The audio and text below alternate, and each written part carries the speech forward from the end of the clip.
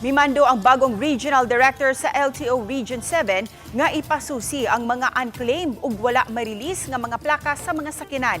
Aron ma-release na kini, bahad niya ipatinaw kung kinsa ang responsable nganong nandugay kini. Ano ang report ni Nico Sereno?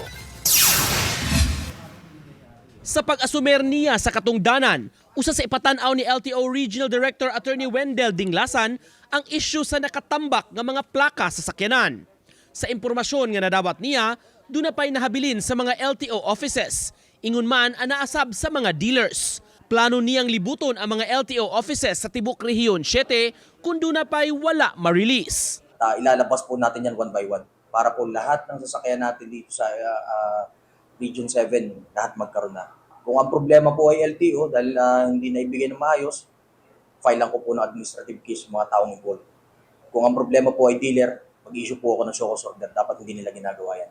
Mato di Dinglasan, makikalayon sila sa mga local government units para sa releasing sa mga plaka. Ang plano ko po is to coordinate with the LGUs like a caravan. Mas maganda po kasi yun kasi pupunta ang tao doon. So kami na po magdadala sa kanila kaysa po isa-isa silang pumunta sa mga opisina natin.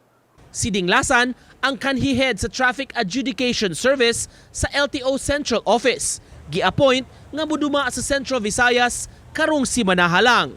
Kuyog pa niya ang kapin sa 30 ka mga enforcers gikan sa kauluhan aron mangunay sa mga operations dinhi sa rehiyon. Nico Sereno,